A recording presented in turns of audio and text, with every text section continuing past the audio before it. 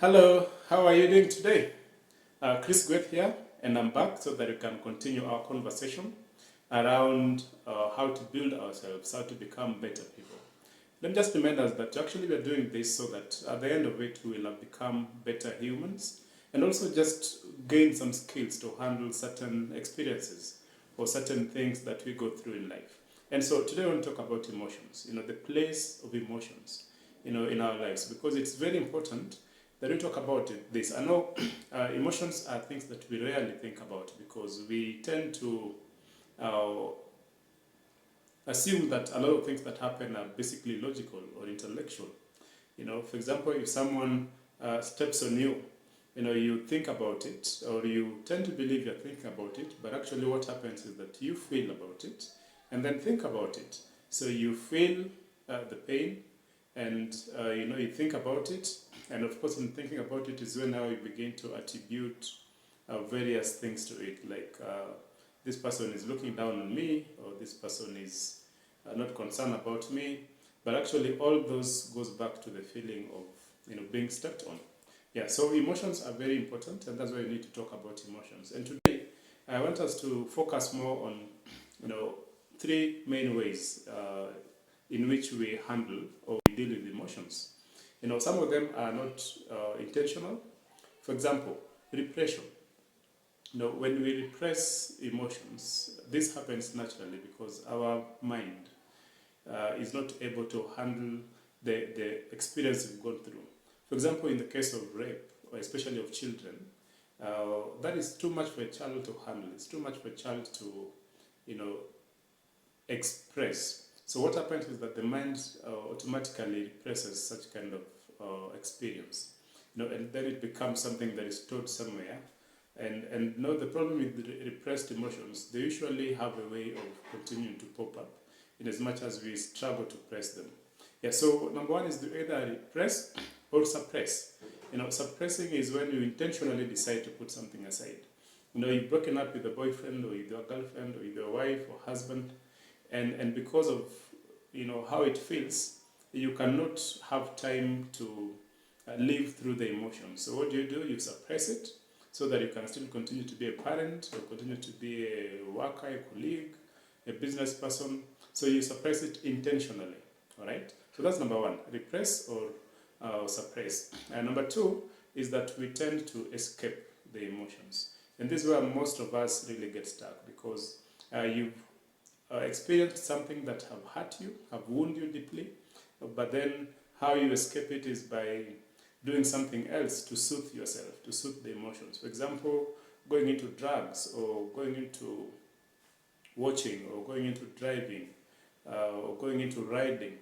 Just doing something that will help you to not think and reflect on the emotions or on the thing that have aroused hard emotions or painful emotions. All right, so we escape a lot. We escape emotions a lot, and that's going to be the major point of our discussion today. But then let's just talk about the other ones. And the first one is that we suppress or repress emotions. The second one is that we escape emotions. And the other one is that we express emotion. The third one is that we express emotions. Now, in expressing emotions, this is where now a lot tend to happen because we tend to now want to address the issues, the feelings we are having, the perception that we have learned to accept, So in escape, the emotion is not dealt with; it's still there. In repression, the emotion is not dealt with; it's still there. And this bottling up, eventually drives us to a point where you must express this emotion.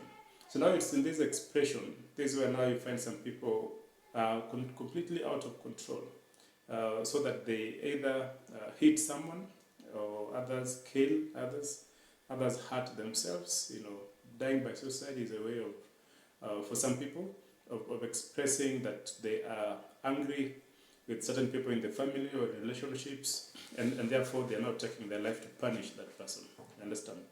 All right. So in the expression of emotions is where now we need to be more careful. Now, this is how we deal with emotions, so that we are not falling into any of these three. because either of these three eventually takes us to a point where we must learn to handle emotions better. And how do you do this? Number one is that we need to gain awareness of the emotion. How do you gain awareness of the emotion? We focus on it. A lot of times people focus on thoughts, people focus on intellectualizing things, but really the focus should be on emotions, all right? That helps us to know how you are doing at any given time, how certain things make you feel in the course of the day as you run your business or as you work, as a parent, whatever you do. Being aware of how things are happening helps you a lot to be at par with the emotions. Now, being at par with the emotions will help you to see any other thing that surrounds it, right? Let me give you an example. You've gotten a letter from your employer that you've been sent home, for whatever reason, all right? There are a lot that comes with this. The main thing is that you've been sent home, all right? But then if you think about that, there are a lot of other ideas that are surrounding this event. Number one is that there's some shame about it. How will people see me? People think I'm incompetent. Number two, there is things that you might just miss, the routine of waking up and going to the office and talking to friends and colleagues. You might just miss that. You might just miss that environment itself, just being in that particular space that you've been in for so long. You might just miss your boss, for example, if there's a good relationship in that. All right? So all these are the things that surrounds the issues. So in as much as the fear at this point might be that you may not have the capacity to provide, but that is really not the main thing. So how do you handle this emotion? If you escape, it must still be there. You must still be feeling shameful. You must still be feeling incompetent. You must still be feeling you can never get another job. And all this really makes life complicated. So how do you do it? You first of all begin to address these other issues. For example, the issue of shame. People lose jobs, all right? It doesn't mean that they are incompetent. And people lose jobs and get better ones. Yeah, so letting go of that emotion or that idea of incompetence. Number two, letting go of the desire to want to wake up and go to work as if it's a routine. Only when you're aware of it, you can let go of it. And slowly you're able to let go of all these other things, and that gives you a better space to deal with the issues, the real issues, which is economic challenges that might come with that. And of course, maybe some sense of purpose that might come with that. All right, so first of all, you let go of the supporting issues around the main thing, and then now eventually you have the clarity, the mental clarity to deal with the main thing. All right, so that's the best way of handling emotions. And of course, when you come back, we'll be talking more about it because it's a deep and longer thing. But even as we do that, let me just give an example of people that were able to deal with emotions better. A lot of us, we experience life differently. And that's what really makes us behave differently. All right? So even if we look at the world leaders, let's take an example of Wangari Maathai, for example, of Kenya, and maybe take another example of Adolf Hitler. All right? Adolf Hitler was a leader in his own right, but a leader that must have been stuck at some point of either shame, anger, or low self-esteem and such kind of stuff. All right? So those are the emotions that were never dealt with. They were somehow repressed, and they had to seek validation. And that had to happen through committing serious atrocities. All right? On the other hand, you can find someone like Wangari Maathai that went through a lot of humiliation and all because of her stance and her purpose, desire.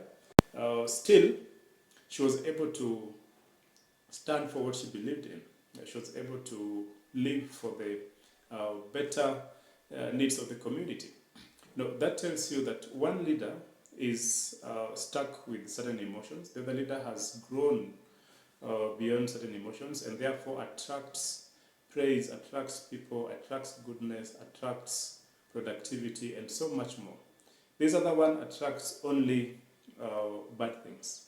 Only bad things can come to this other leader.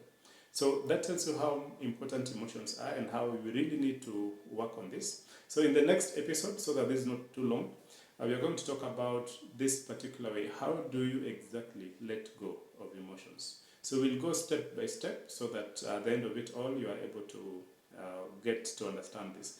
But we've talked about three main ways in which we deal with emotions. Number one, we talked about repressing or suppressing.